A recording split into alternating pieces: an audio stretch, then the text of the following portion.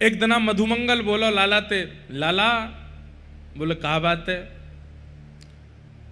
बोले तू ब्राह्मणन के पास जावे, सबरे ब्राह्मण तेरी पूजा करें,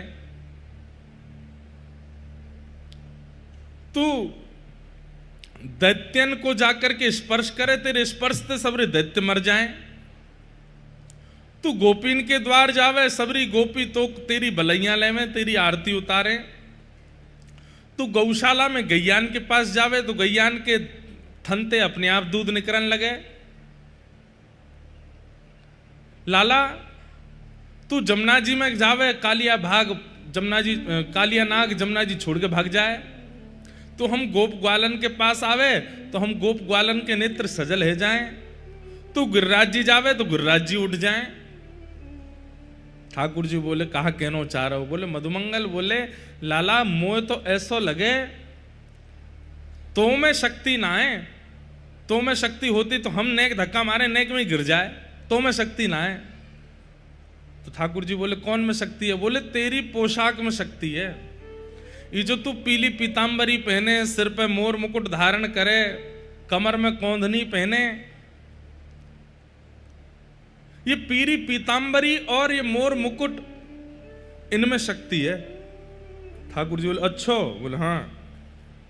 कहा करूं तो? बोले एक दिन इन्हें मोह पहना दे, ये मोर मुकुट और पीतांबरी मोह पहना दे, मैं भी गोपीन के द्वार जाऊंगा, मैं भी गिरिराज जी के पास जाऊंगा, मैं भी दैत्यन के पास जाऊंगा, मैं भी ब्राह्मणन के पास जाऊंगा, देखूंगा अगर जो जो तेरे संग हो वो मेरे संग भी भयो तो मैं मान जाऊंगा कि भैया, अगर मेरे संग भयो तो मैं मान जाऊंगा तेरे पीतांबरी और मुकुट में बल है, और मेरे संग नहीं भयो तो मान जाऊंगा लाला में बल है। ठाकुर जी बोले ऐसा मत करियो, भूल के भी मेरो मोर मुकुट और पीतांबरी मत पहन लियो। मधुमंगल बोलो हम बे अब तो मुझे पूरा शक है गयो कि निश्चित ही तेरी पीतांबरी और मोर मुकुट में ही बल है, यही मारे दैवेत मना कर रो है। ठाकुर जी कहकर के चले गए, बोले कि कभी छुइयो मत इन्हें। मधुमंगल बोलो तू तो मेरो मित्र है, प्रेम तो नहीं देगो तो तुम्हें तो छीन के पहन लूंगा। और एक दिन ऐसे ही भयो, ठाकुर जी जैसे ही यमुना स्नान करने के लिए गए, अपने वस्त्रादि उतार करके गए, मधुमंगल पीछे से आयो और ठाकुर जी के सबरे वस्त्र लेकर के वहां से भाज गयो, अपने वस्त्र उतार करके ठाकुर जी के काजे छोड़ गयो और ठाकुर जी के वस्त्र सब पहन लिए, पीतांबरी पहनी, कौंधनी पहनी, हाथन में बाजूबंद पहने, सिर पर मोर मुकुट पहनो, और ठाकुर जी की वंशी लेकर के जैसे ठाकुर जी चले वैसी चाल चले मधुमंगल। ब्राह्मणन के पास गयो, ब्राह्मणन के सामने खड़े है करके जैसे ठाकुर जी त्रिभंग लली बन करके खड़े है जाएं, अपनी वंशी घुमा में ब्राह्मणन के सामने खड़े है के करन लगो। सो ब्राह्मणन ने धूल उठाए के फेंकी, भग यहाँ ते कहां ते आगो है, निकर यहाँ ते, सुबेरे सुबेरे यज्ञ प्रारंभ भयो नहीं है, अपनो मुंह दिखावे आएगो। मधुमंगल बोलो ब्राह्मणन ने तो भगाए दियो, गोपीन के पास जाए के देखूं। अब गोपीन के यहां जावे, जैसे ठाकुर जी बतिया में गोपीन से वैसे ही बोले, और ठाकुर जी कैसे बात करें? ठाकुर जी गोपीन के पास जाके कहें अरे भाभी कहाँ बनाए रही हो? तो भीतर तो गोपी के अरे लाला मैं तो हलवा बनाए रही हूँ, खाएगो? और बीच में ही बनाते बनाते हलवा कोई दे दे, बिना भोग लगा गई ठाकुर जी को पवाए दे। मधुमंगल पहुंच गयो, खिड़की पे जाए करके रसोई घर की खिड़की पे खड़े है के बोलो अरे भाभी कहाँ बनाए रही हो? भीतर ते गोपी बोली निपूते और कछु काम ना है तो पे हैं, दूर है जाए यहाँ से, मुंह ढक के बोल, तू बोल लो तेरो उच्छिष्ट सबरो भोग में गिर जाएगो, सुर झूठो है जाएगो, भग यहाँ से। गोपीन ने भी भगा दियो। मधुमंगल बोलो कछु तो बात है। इतने में ही कंस ने एक केसी नाम का राक्षस भेजा मथुरा से। तो केसी राक्षस ने कंस से पूछा कि आपके शत्रु श्री कृष्ण का हुलिया कैसा है, थोड़ा हमें बताओ। बोले ज्यादा तो हमें नहीं पता है, बस इतना पता है पीतांबरी पहनता है, मोर मुकुट पहनता है, पहुंच जा। अब यहां मधुमंगल घूम रहा था मोर मुकुट पहन के। इतने में ही केसी राक्षस आ गया और केसी राक्षस जैसे ही आया महाराज भागा मधुमंगल के पीछे। मधुमंगल तो चौकड़ी मार के भागे, अरे कन्हैया बचाइयो, अरे लाला बचाइयो, अरे लाला देख जे मोकू मारेगो, अरे केसी राक्षस खाए गयो मोकू। ठाकुर जी यमुना जी में स्नान कर रहे हैं। ठाकुर जी ने कही नाय नाय आज तू ही दिखा पूतना वारे हाथ, तो मना करी ना मैंने, मत पहन के जाइयो। लाला तेरे हाथ जोड़ू, आज के बाद कभी मोर मुकुट नहीं पहनूंगा, तू या को देख ले। ठाकुर जी ने तुरंत एक काछनी बांधी और महाराज एक मुष्टिक बना करके केसी जैसे ही पास आयो, ठाकुर जी ने एक मुष्टिक प्रहार कियो और एक मुष्टिक प्रहार में ही केसी मर करके नष्ट है। 8 वर्ष के हैं ठाकुर जी, 8-9 साल की उम्र में तो बड़े बड़े राक्षस मार दें। मधुमंगल बोलो लाला तू ही पहन। मोर मुकुट उतार के ठाकुर जी को दे दियो, पीतांबरी दे दी। ठाकुर जी बोले एक प्रकार से ये संकेत है, छोटे बालकों को आप बालकृष्ण रूप बना देते हैं, अच्छी बात है, वो ठाकुर जी ही हैं, पर कई जगह तो बड़े बूढ़े बने बने घूम रहे हैं पीतांबरी पहन के, मोर मुकुट डाल करके। काऊ दिना अगर केसी पीछे पड़ गए हो ना तो मधुमंगल की तरह चौकड़ी मार के भागोगे, बच नहीं पाओगे। ठाकुर जी बनवे में सुख नहीं है भैया, ठाकुर जी के दास बनवे में सुख है। ठाकुर जी के दास बनो, ठाकुर जी के सखा बनो, ठाकुर जी के सेवक बनो, ठाकुर जी बनवे में सुख नहीं है। श्री चैतन्य महाप्रभु के साथ में श्री नित्यानंद महाप्रभु विराजे, जो कि श्री बलराम जी का ही रूप है। नित्यानंद महाप्रभु जब मायापुर पहुंचे और वहां चैतन्य महाप्रभु ने उनसे आज्ञा की, क्या घर घर जाओ और नाम की भिक्षा लेकर के आओ। बंधुओं ध्यान से सुनिएगा। तो नित्यानंद महाप्रभु वे जाते और हर घर के द्वार पर खड़े होकर के कहते, एक बार हरि बोल बोल दो। घर के सदस्य कहते नहीं बोलेंगे। बोले एक बार बोल दो, आपका क्या बिगड़ेगा, पैसा तो लगना नहीं है, धन तो लगना नहीं है। पायो जी मैंने राम रतन धन पायो, वस्तु अमोलक दई मेरे सदगुरु, दिन दिन बढ़त सबायो, पायो जी मैंने नाम रतन धन पायो। नित्यानंद महाप्रभु जाकर के द्वार पर खड़े होकर के घर के सदस्यों से कहते हैं, एक बार हरि बोल बोल दो। घर के सदस्य बोलते हैं बिल्कुल नहीं बोलेंगे, तुम लोगों ने गलत प्रचार कर रखा है, पूरे नगर के लोगों को भ्रमित कर रहे हो, उनके काम छुड़वा रहे हो, उनका घर का व्यापार छुड़वा रहे हो, सबसे कह रहे हो एकांत में बैठ करके भजन करो। नित्यानंद महाप्रभु बोले कहां इतने व्यस्त हो कि एक बार हरि बोल नहीं बोल सकते। घर की माताएं बोलती पति आएंगे घर पे, भोजन बना के कौन खिलाएगा, सब्जी काटनी पड़ती है, भोजन सिद्ध करना पड़ता है, चूल्हा जलाना पड़ता है, उसमें सामग्री बनानी पड़ती है, पति आते हैं उनको पवाना पड़ता है, बच्चों को पवाना पड़ता है, फिर घर की साफ सफाई करनी पड़ती है, गायों का दूध निकालना पड़ता है, आदि 100 काम बता दिए नित्यानंद महाप्रभु को। हम पे समय कहाँ है, और थक थका करके रात में फिर सोने कब जाते हैं, कब करें नाम। नित्यानंद महाप्रभु बोले मैं सब्जी काट दूंगा, मैं सब्जी बना दूंगा, मैं आपके पति को पवा दूंगा, मैं दूध निकाल दूंगा, मैं चौका बर्तन कर दूंगा, तो नाम जपोगे बैठ के, सब काम मैं कर दूंगा। और जितने परिवार हैं सब परिवारों में हम एक एक सेवक चले जाएंगे, हम आपके घर के काम करेंगे, आप बैठ करके हरिनाम कर लो बस। घर के सदस्य बोलते ऐसा क्या है हरि नाम में जिसको बुलवाने के लिए हमारे घर के चौका बर्तन करने को तैयार हो आप। नित्यानंद महाप्रभु बोले एक बार बोलो तो सही।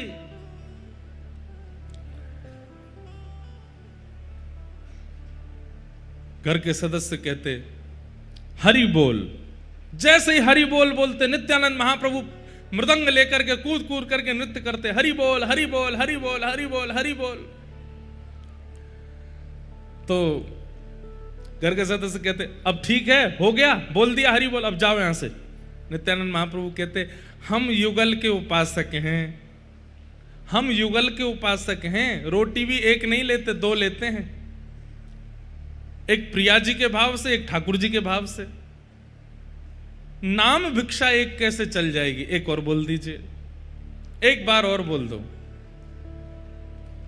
तो घर के सदस्य कहते तुम तो पीछे ही पड़ गए हो।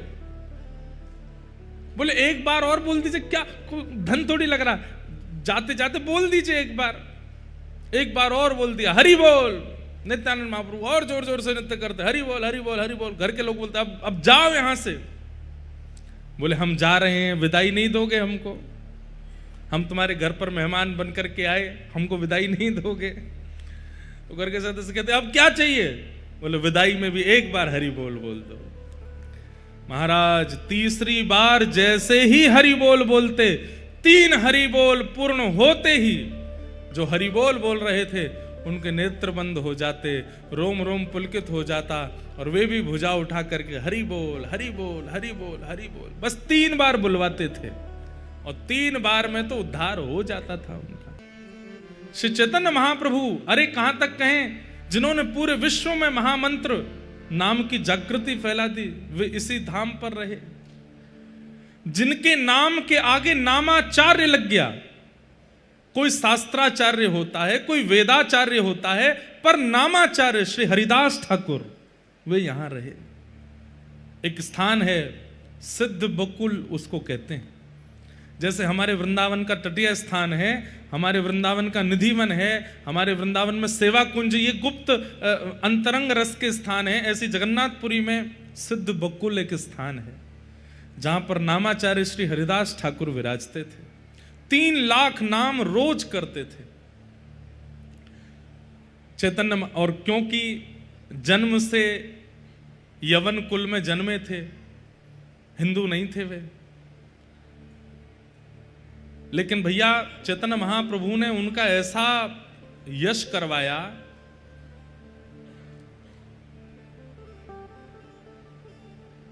एक बार मैंने उनका चरित्र थोड़ा पढ़ा है तो मुझे थोड़ी थोड़ी स्मृति आ रही है कि श्री हरिदास ठाकुर किसी गांव में बंगाल में कहीं थे, तो वहां किन्हीं का ब्राह्मण भोज कराना था। तो ब्राह्मण भोज कराने के लिए पूछा गया कि भाई इतने ब्राह्मण कहां से मिलेंगे? तो किसी ने बताया कि भाई इतने ब्राह्मण एक साथ नहीं मिल पाएंगे, आप तो एक काम करो। बोले क्या? नामाचार्य हरिदास ठाकुर को ही प्रसाद पवा दो, वो अनेक ब्राह्मणों के समान है।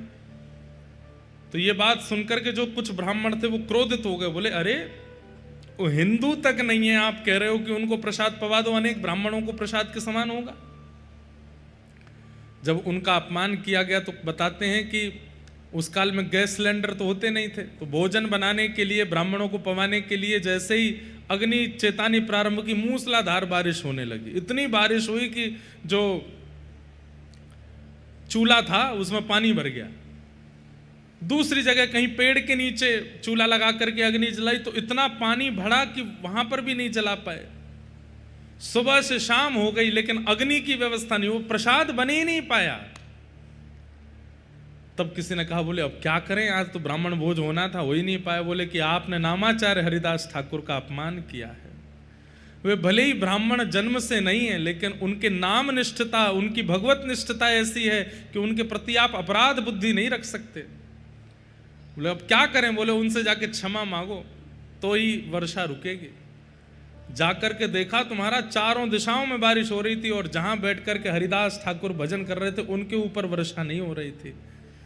जाकर के जब क्षमा मांगी तो हरिदास ठाकुर बोले चारों तरफ वर्षा हो रही है, यहाँ वर्षा नहीं, यहीं पे अग्नि जलाओ।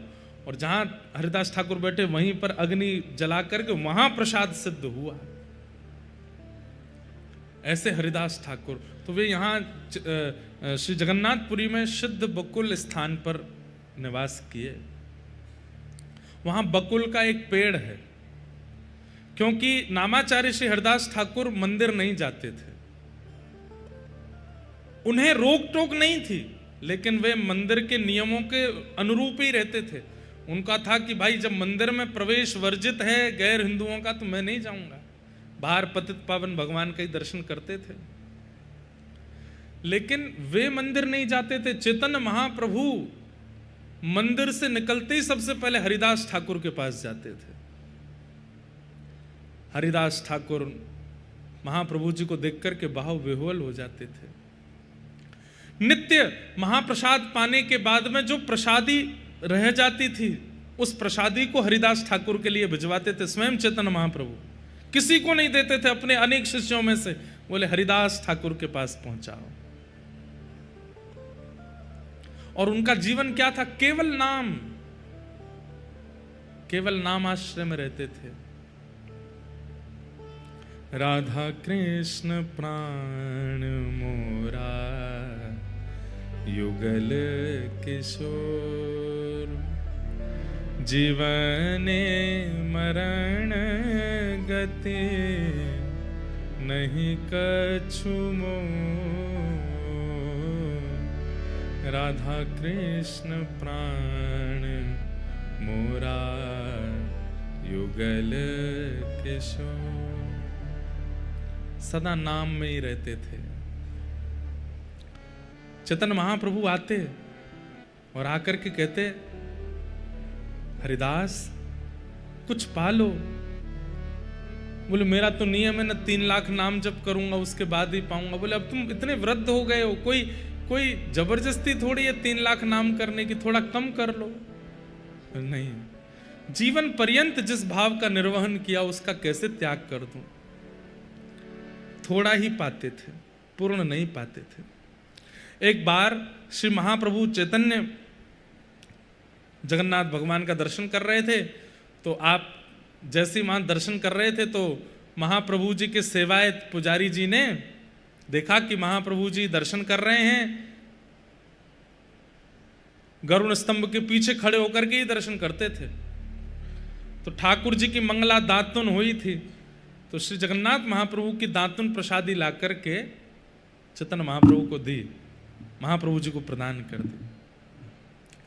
महाप्रभु जी उस दातुन को लेकर के निकले और नियम था रोज दर्शन करने के बाद में हरिदास ठाकुर के पास जाते थे। और हरिदास ठाकुर महाप्रभु जी के ही सर्वस्व हैं, उन्हीं को सर्वस्व मानते हैं, वे उनके पास आते। पर महाप्रभु जी की कृपा थी कि वे नित्य जाते थे हरिदास ठाकुर के पास। तो जैसे ही गए तो बड़ा गर्मी पड़ रही थी, खूब गर्म मौसम हो रहा था, जेठ का महीना, और चिलचिलाती धूप में हरिदास ठाकुर कोई छत के नीचे तो बैठते नहीं थे, खुले आसमान के नीचे बैठते थे, पसीना ऊपर से नीचे तक लथपथ हो रहे थे। चैतन्य महाप्रभु ने आकर के देखा कि ये ऐसे बैठे हैं, नाम कर रहे हैं और ऊपर छाया भी नहीं है, धूप से ताप पड़ रहा है। तभी महाप्रभु जी ने जो जगन्नाथ महाप्रभु की दातुन प्राप्त हुई उसको हरिदास ठाकुर जहां बैठे थे उसके पीछे ही नेक गड्ढा करके उस दातुन को वहां पर जैसे ही गाड़ा, उसमें से सुंदर बकुल का वृक्ष प्रकट हो गया और बस वृक्ष प्रकट होकर के ऊपर आकर के उसने छांव कर दी। हरिदास ठाकुर के ऊपर छांव हो गई। जरूर अवसर मिले तो एक बार सिद्ध वकुल का दर्शन करके जाइएगा। वो वृक्ष नहीं है, वो सामान्य कोई पेड़ नहीं है, महाप्रभु जगन्नाथ जी की दातुन ही इतने बड़े वृहद रूप में प्रकट हुई है उसके। और आप देखेंगे वो भीतर से पेड़ पोला है, भीतर से बिल्कुल खाली है, और ऊपर उस पर घना वृक्ष पत्ते प्रकट है।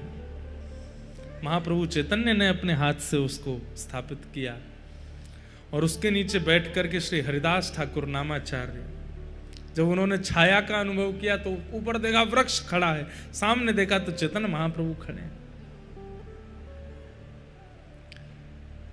इतना नाम जप किया था श्री हरिदास ठाकुर जी ने उस वृक्ष के नीचे बैठ के कि उसके पत्ते में लिखा था हरे कृष्ण कृष्ण कृष्ण हरे हरे, हरे राम राम राम हरे हरे। यानी कि सिद्ध वकुल के पत्तों में महामंत्र प्रकट हो गया था। चैतन्य महाप्रभु आकर के अपने भावावेश लीला में जब महाप्रभु जी प्रवेश कर गए गंभीरा में, सिद्ध स्थिति में पहुंच गए थे, तब चैतन्य महाप्रभु एक दिन हरिदास ठाकुर के पास गए और कहा मैंने सुना है 5 दिन हो गए तुमने अन्न नहीं पाया। हरिदास ठाकुर बोले क्योंकि मुझे पता चल गया है कि अब क्या होने वाला है। तो क्या होने वाला है? बोले आप अपनी नित्य लीला विराम देने वाले। और हे महाप्रभु जी, मैं उस लीला का दर्शन नहीं कर पाऊंगा। जिन चैतन्य महाप्रभु की बाल लीला देखी है, जिन चैतन्य महाप्रभु का युवा अवस्था देखी है, जिन महाप्रभु जी का हमने संन्यास देखा है, जिन महाप्रभु जी का हमने जगन्नाथ में आकर के उन्माद नृत्य देखा है रथ यात्रा के आगे, उनका लीला प्रवेश में देख नहीं पाऊंगा। इसलिए आपसे पहले मैं लीला विश्राम करके जाऊंगा धराधाम से, इसलिए मैंने अन्न त्याग दिया। और मेरा अन्य, मेरा सर्वस्व, मेरा जीवन तो नाम है ना। चैतन्य महाप्रभु जी ने हृदय से लगा लिया और नाम जपते जपते तब श्री हरिदास ठाकुर जीवन भर तो महामंत्र जपे, लेकिन जैसे ही चैतन्य महाप्रभु ने अपने अंक से लगाया, श्री कृष्ण चैतन्य प्रभु हरे नित्यानंद, हरे कृष्ण हरे राम, श्री राधे गोविंद। कृष्ण चैतन्य प्रभु नित्यानंद, हरे कृष्ण हरे राम, श्री राधे गोविंद। बस इसी को गाते गाते गाते गाते नामाचार्य हरिदास ठाकुर ने नाम में ही विलीन हो गए। नाम ही उनका जीवन सर्वस्व था। सब लोग इकट्ठे हो गए, नेत्रों से अश्रु प्रवाह होने लगा। कोई बोला इनके लिए तो विमान बनाना चाहिए, कोई बोला इनके लिए तो ऐसी व्यवस्था करनी चाहिए, कोई बोला इनके लिए तो ऐसे करना चाहिए। चैतन्य महाप्रभु बोले ना विमान बनेगा ना अर्थी बनेगी। तो हरिदास ठाकुर को अपनी गोद में उठाया चैतन्य महाप्रभु ने और अपनी गोद में लेकर के पूरी जगन्नाथपुरी में भ्रमण किया, श्री मंदिर की परिक्रमा की और जगन्नाथपुरी से गुंडीचा तक सब जगह भ्रमण करते रहे हाथ में लेकर के। हजारों लाखों वैष्णव पीछे चल रहे हैं नाम जप करते हुए, और चैतन्य महाप्रभु नेत्रों से अश्रुपात करते हुए हरिदास ठाकुर को लेकर के चल रहे हैं। स्वर्ग द्वार के पास में स्वयं चैतन्य महाप्रभु ने समुद्र नारायण भगवान की गोद में हरिदास ठाकुर को समाधि प्रदान की। और समाधि प्रदान करने के बाद चैतन्य महाप्रभु कहे अब तो उत्सव होगा। आचार्य उत्सव मनाया जाता है, लेकिन उत्सव की हम 1 रुपया भी ना तो राजा से लेंगे ना किसी सेठ से लेंगे, कुछ नहीं लेंगे। तो बोले कैसे करेंगे उत्सव? श्री चैतन्य महाप्रभु सिंह द्वार पर बैठ गए और एक अचला जो अपने कंधे पर डालते थे उसी को बिछा लिया सामने, और सबसे हाथ जोड़ करके बोले केवल महाप्रसाद की भिक्षा दे दो, हरिदास ठाकुर का उत्सव करना है। आनंद बाजार में भीड़ लग गई, लोग जा जा करके महाप्रसाद लेकर के आवे और सिंह द्वार पे चैतन्य महाप्रभु को प्रदान करें। और फिर महाप्रभु जी ने उसी भिक्षा के महाप्रसाद से पूरी जगन्नाथपुरी का उत्सव किया। हरिदास ठाकुर ऐसे नामाचार्य हरिदास जिन्होंने जीवन नाम को प्रदान कर दिया। और बंधुओं एक बात कह दें आपसे, इस कलिकाल में नाम ही हम जीवों का, मेरे और आपके माता पिता केवल हरि नाम है। ये युगल नाम ही हमारा माता पिता। जिस प्रकार जीवन में अति संकट आने पर बालक अपने माँ को खोजता है, पिता को खोजता है, हम संकट आने पर माता पिता को ढूंढ नहीं पा रहे हैं। इसी के लिए कथाएं होती हैं। कथा में वक्ता आकर के बताते हैं तुम्हारे माँ तुम्हारे पिता हरि नाम है। ये ह और र, ये 2 अक्षर ही हमारे माता पिता हैं, इनका आश्रय लो। यही इस कलिकाल रूपी राक्षस से हमको बचा सकते हैं। और कोई, आप कितने भी नियम साधन कर लीजिए और कोई साधन आपका उद्धार नहीं कर पाएगा इस कलिकाल में, केवल नाम। इसलिए नाम जपो, नाम आश्रय ले लो। नाम के बिना एक क्षण भी व्यतीत मत करो। जैसे धन कमाने वाले व्यक्ति के चित्त में सदा धन कैसे कमाऊं, धन कैसे कमाऊं, धन कैसे, यही चिंतन चलता रहता है। कामी व्यक्ति के चित्त में काम ही काम चलता रहता है। लोभी व्यक्ति के चित्त में ये कैसे मिलेगा, वो कैसे मिलेगा, यही चलता रहता है। मेरे और आपके चित्त में केवल नाम ही घूमता रहे, जगन्नाथ। श्री जगन्नाथ श्री जगन्नाथ श्री जगन्नाथ श्री जगन्नाथ, राधा रमण राधा रमण राधा रमण राधा रमण, राधा वल्लभ राधा वल्लभ राधा वल्लभ राधा वल्लभ। ऐसे ही गिरधर लाल गिरधर लाल, ये नाम ही चलता रहे। एक क्षण के लिए भी नाम हमारे चित्त का त्याग ना करे, हम नाम का त्याग ना करें, तो ही इस कलिकाल में निवृत्ति हो सकती है, नहीं तो नहीं। गोपियों ने और श्री किशोरी जी ने प्रेम का पाठ पढ़ाया। उद्धव जी महाराज 6 महीने बाद लौट करके मथुरा पधारे। मथुरा आकर के ठाकुर जी को वापस वृंदावन ले जाने की याचना करने लगे, लेकिन ठाकुर जी बोले, उद्धव ये व्रज सदा मुझ में विराजमान है, तुम देखो।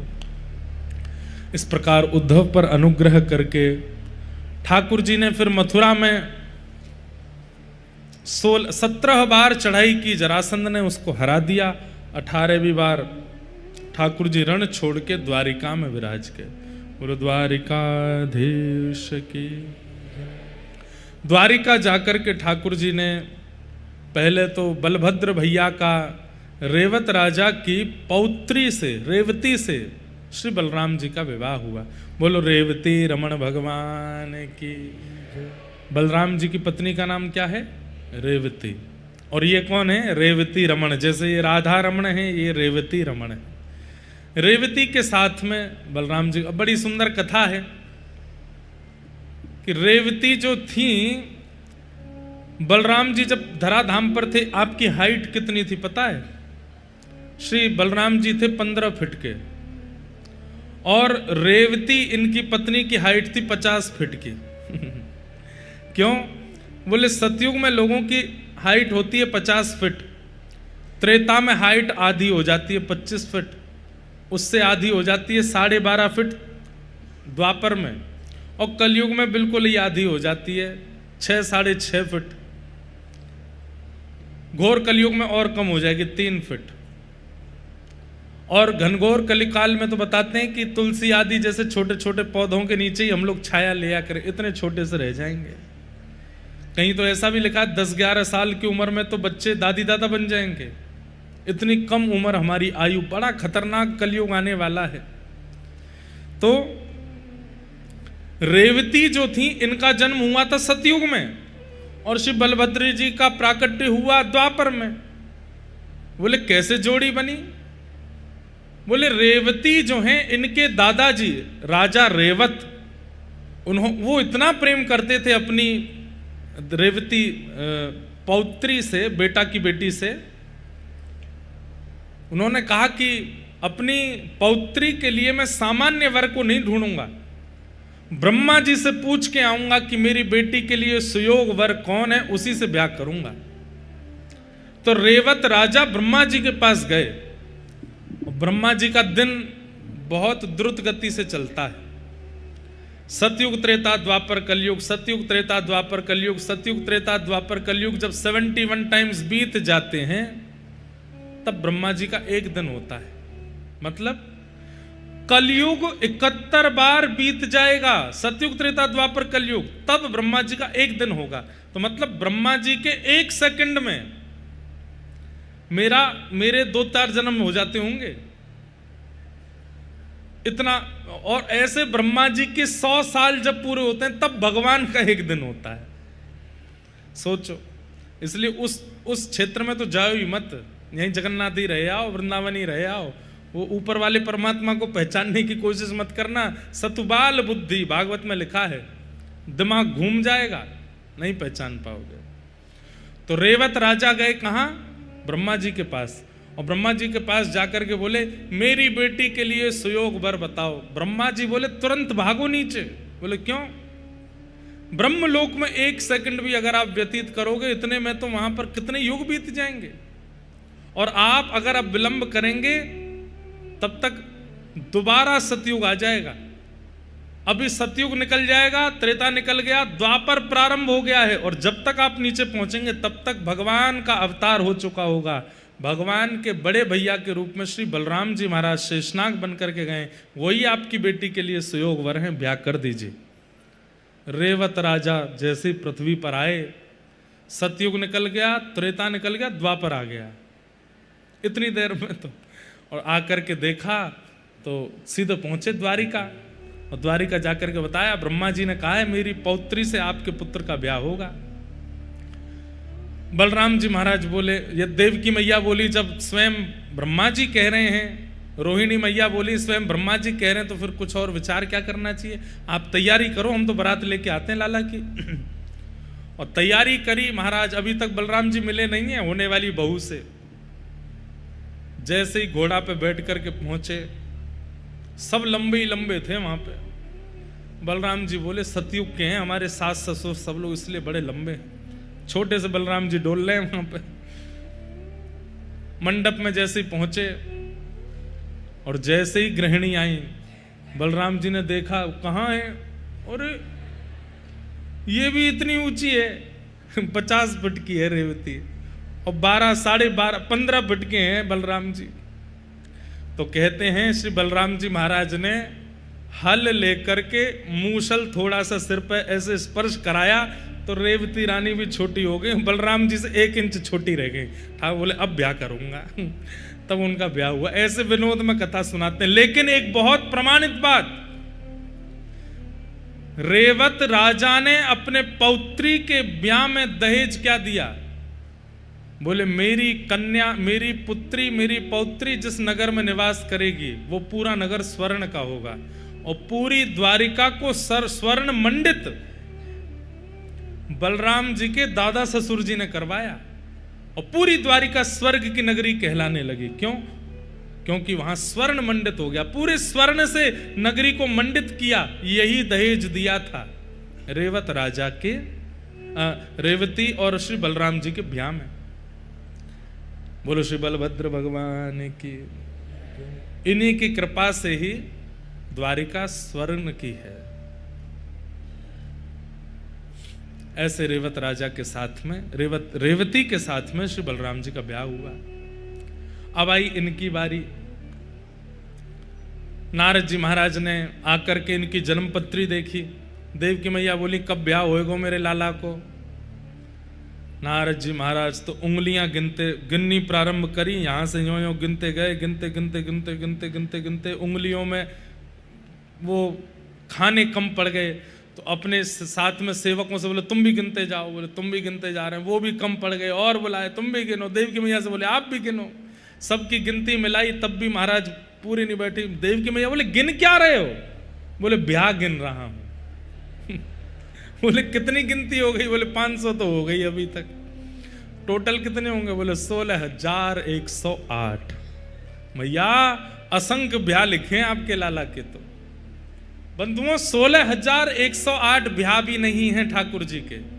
ब्रह्मांड में आने वाली छोटी से छोटी चींटी से लेके हाथी तक सब ठाकुर जी की पत्नी है। ठाकुर जी सबके पति हैं। ये पूरा ब्रह्मांड ठाकुर जी का है। वो जगतपति हैं, इसीलिए उनको जगन्नाथ कहा जाता है। वो मेरे भी पति हैं, आपके भी पति हैं। अभी यहाँ गिरगिट डोल रहा था मंच पे, मैं तो डर गया उसको देख के। उसके भी पति हैं। पता है आपको, ये गिरगिट के रूप में, कबूतर के रूप में, ऐसा मैंने सुना है, ये कोई पूर्व के पदभ्रष्ट महापुरुष आते हैं और कथा सुनते हैं। और वो मुझे 4 दिन से दिख रहा है गिरगिट, अभी यहीं था। और वे कथा सुनते हैं और कथा के बाद वो अंतर ध्यान हो जाएंगे, उनकी मुक्ति हो जाएगी, ऐसा सुनते हैं।